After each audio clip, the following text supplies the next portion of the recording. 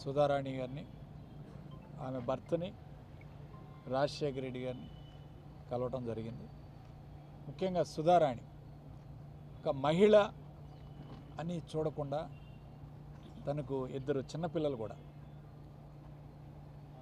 13 కేసులు పీటీ వారెంట్లు ఇచ్చి శ్రీకాకుళం దగ్గర పాతపట్నం దగ్గర నుంచి నర్సరావుపేట తీసుకురావటం, నర్సరావుపేట నుంచి మళ్ళీ నిన్న ఆదోని తీసుకువెళ్ళటం, ఆదోని నుంచి చీరాల, ఈ విధంగా రాష్ట్రం అంతా కూడా ఒక మహిళ అని చూడకుండా కొట్టడం, చేతుల మీద కొట్టడం, కాళ్ళ మీద కొట్టడం.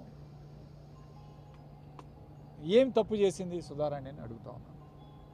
కేవలం సోషల్ మీడియాలో పోస్టులు పెట్టిందనే ఒక ఆరోపణతో ఇంత చిత్రహింసలు పెట్టే కార్యక్రమం ఎప్పుడూ కూడా చూడలేదు, గతంలో ఎప్పుడూ కూడా వినలేదు. అట్లానే ఆమె భర్త వెంకటరెడ్డి అనే భర్త, అతనికి సంబంధం లేదు, అతను ఒక పోస్ట్ కూడా పెట్టలేదు ఇంతవరకు. అతని మీద ఏదైనా పోస్ట్ పెట్టుంటే నిరూపించాలని చెప్పి నేను ఛాలెంజ్ విస్తుతున్నాను తెలుగుదేశం పార్టీ నాయకులు లోకేష్ పెద్దలకి. అతను కనీసం ఒక పోస్ట్ పెట్టలేదు, ఒక పేజీ లేదు సోషల్ మీడియాలో. అతన్ని అన్యాయంగా ఈరోజు ఆమెతో పాటు జైల్లో పెట్టి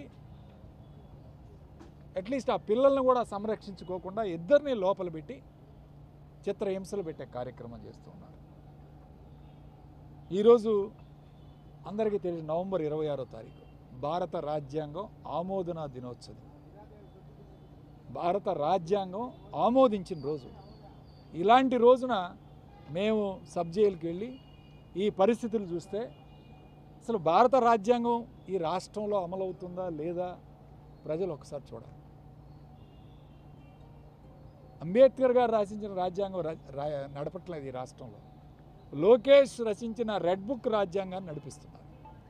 లోకేష్ రచించిన రెడ్ బుక్ రాజ్యాంగాన్ని ఈరోజు ఈ రాష్ట్రంలో అమలు చేస్తున్నారు. అంబేద్కర్ గారి రాజ్యాంగం 1% కూడా ఈ రాష్ట్రంలో నడపట్లేదు. కూటమి ప్రభుత్వం అన్యాయంగా అక్రమంగా మహిళని కూడా చూడకుండా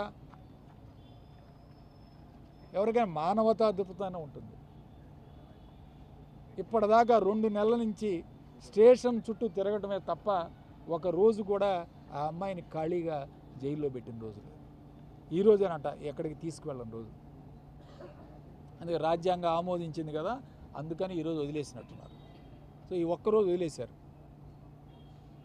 ఈ విధంగా పరిపాలన చేస్తూ ఉంటే ఒకవైపు సూపర్ 6 హామీలు ఇచ్చి అవి ప్రశ్నిస్తారేమో సోషల్ మీడియాలో అని చెప్పి సోషల్ మీడియాలో కూడా, ఎందుకంటే ఎల్లో మీడియా అంతా వాళ్ళదే కదా, ఈ ఎల్లో మీడియా ఒకవైపు రోజు రాస్తూ ఉంటుంది.